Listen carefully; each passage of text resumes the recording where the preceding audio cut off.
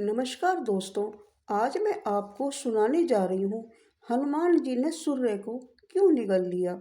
यह कथा बाल्यावस्था में भगवान हनुमान जी की अद्भुत शक्ति और भोलेपन को दर्शाती है। आइए दोस्तों विस्तार से जानते हैं इस कथा के बारे में। हनुमान जी ने सूर्य को क्यों निगल लिया। जब हनुमान जी छोटे बालक थे तब वे अत्यंत चंचल, शक्तिशाली और उत्सुक स्वभाव के थे।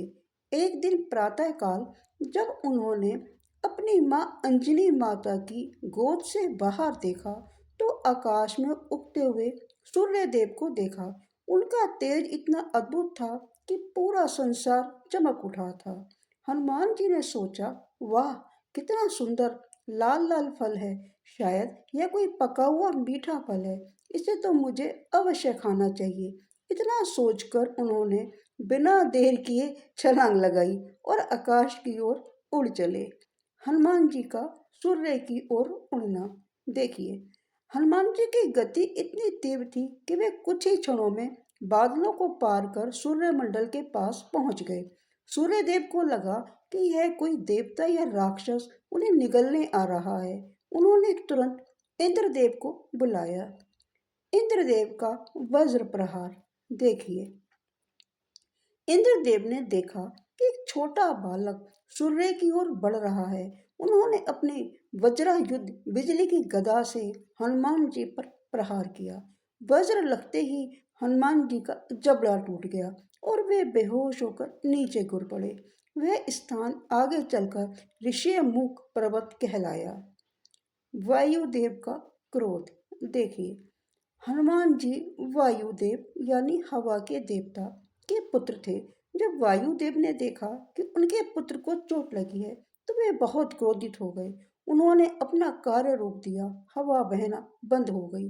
संसार में घुटन और मृत्यु जैसी स्थिति पैदा हो गई। देवताओं का आना और वरदान देना देखिए। सभी देवता ब्रह्मा जी, विष्णु जी और इंद्रदेव मिलकर वायुदेव के पास पहुंचे। उन्होंने हनुमान जी को जीवन दान दिया और अनेक वरदान दिए। ब्रह्मा जी ने वर दिया, उन्हें कोई शस्त्र नहीं मार सकेगा। इंद्रदेव ने कहा कि उनका वज्र अब उन्हें कभी हानि नहीं पहुंचाएगा।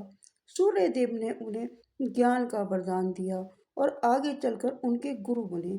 वायुदेव ने कहा कि जब तक सूर्य और चंद्रमा रहेंगे तब तक हनुमान जी की कीर्ति बनी रहेगी। कथा का अर्थ। इस कथा का क्या अर्थ है। यह कथा हमें बताती है कि बाल हनुमान में अपार शक्ति, जिज्ञासा और निष्कपटता थी। उन्होंने सूर्य को फल समझकर निगलना चाहा क्योंकि बालक को ज्ञान नहीं था कि ये सूर्य देव हैं और यही घटना आगे चलकर उनके शौर्य, भक्ति और विद्या प्राप्ति का कारण बनी। दोस्तों, अगर आपको मेरी यह कहानी अच्छी लगी है तो प्लीज़ लाइक, कमेंट और शेयर करें। और जो मेरे चैनल पर नए हैं मेरे चैनल को सब्सक्राइब करें। धन्यवाद दोस्तों। अगली वीडियो में शीघ्र मिलते हैं।